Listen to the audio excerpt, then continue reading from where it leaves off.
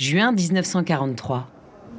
Le frère Gérard Martin, franciscain, monte dans un train à la gare de triage d'Achères, ville de la banlieue parisienne. Réquisitionné par le STO, il ignore qu'il ne reviendra pas, ni que sa vie va illuminer les ténèbres les plus profondes.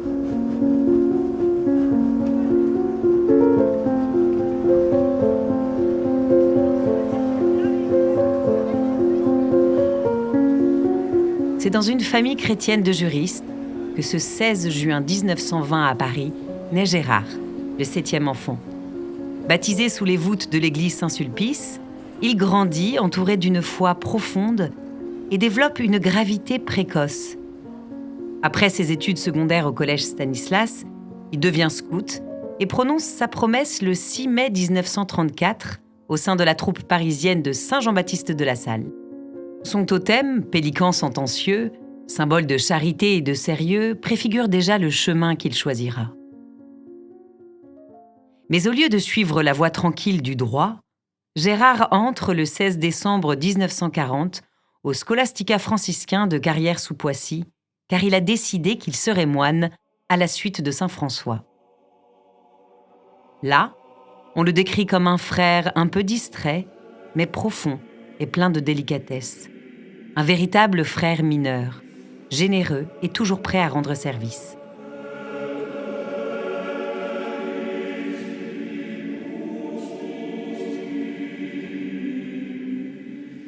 Alors que la guerre s'enlise, dans une longue lettre adressée à son frère Jacques, le 20 avril 1941, Gérard explique pourquoi il ne s'engage pas dans l'armée clandestine de la Résistance. Il voit un autre combat, moins visible, mais tout aussi essentiel. Celui, comme il l'exprime lui-même, d'intensifier sa vie intérieure pendant ces quelques mois qui restaient, avant d'être à pied d'œuvre parmi l'agitation et les cliquetis de ferraille. Ce n'est pas l'action fiévreuse qui compte, mais la force d'âme sereine, le choix réfléchi de faire la volonté de Dieu avant l'épreuve. Il écrit avec une maturité rare. Les succès d'Hitler sont le gage même de sa ruine. Un dieu Moloch qui sera vaincu, car le Christ est vainqueur du monde.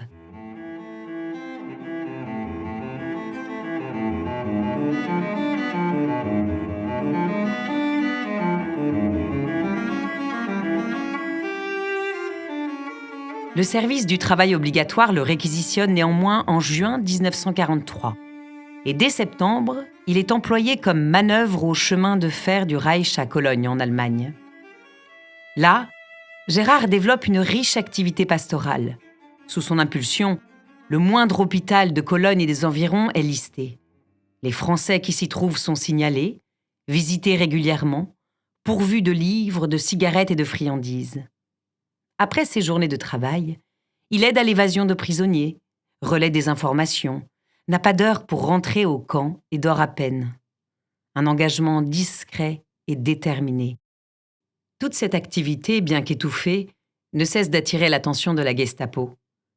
Et le 13 juillet 1944, il est arrêté sur son lieu de travail à la Reichsbahn de Cologne. En prison, sa foi ne faiblit pas. Un compagnon de cellule raconte « Gérard, grand garçon de 22 ans, nous parlait sans cesse. Sa délicatesse, sa générosité, sa foi immense nous soutenait. Nous avons prié ensemble, beaucoup prié, pour l'Église, pour l'avenir de cette Église persécutée. Alors même qu'aucun acte religieux n'est autorisé, c'est Gérard qui, le dimanche 13 août, ose lancer le Kyrie et le Credo avec ses compagnons de cellule dans la prison du camp. Une audace qui leur vaudra de lourdes menaces.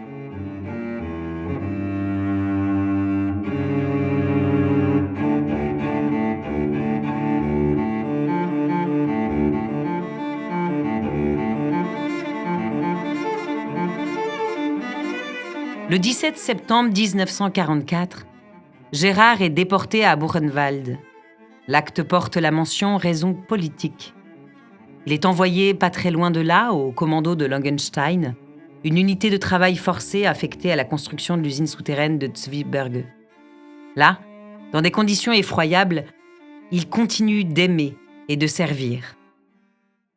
Un jour, à bout de force, Il partage son pain avec un prisonnier russe affamé. Et comme ses amis le lui reprochaient, « Donner de ton pain, c'est te suicider !» Il rétorque, « François d'Assise, mon maître, n'aurait pas répondu autrement que je l'ai fait. » Et jusqu'au bout, il explique à ses camarades, ses frères de détention, « Il faut aimer nos bourreaux. Ce sont des malheureux. » en les invitant à prier pour leur salut.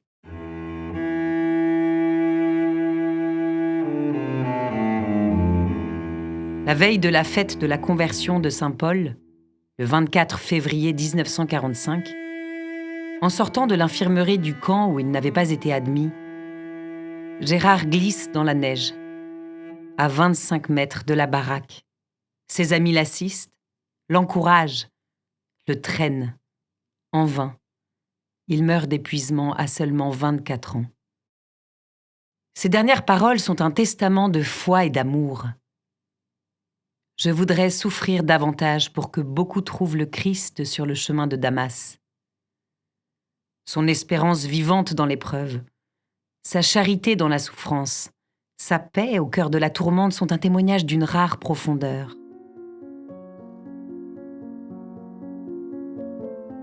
Reconnu bienheureux, Gérard Sandrié est béatifié le 13 décembre 2025 à Notre-Dame de Paris, avec 49 autres Français morts en haine de leur foi, martyrs de l'apostolat.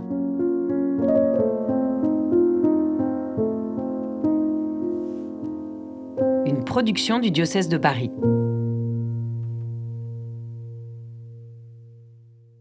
Cette série de podcasts est produite et réalisée par le service communication du diocèse de Paris avec la voix de Clémence de Vimal.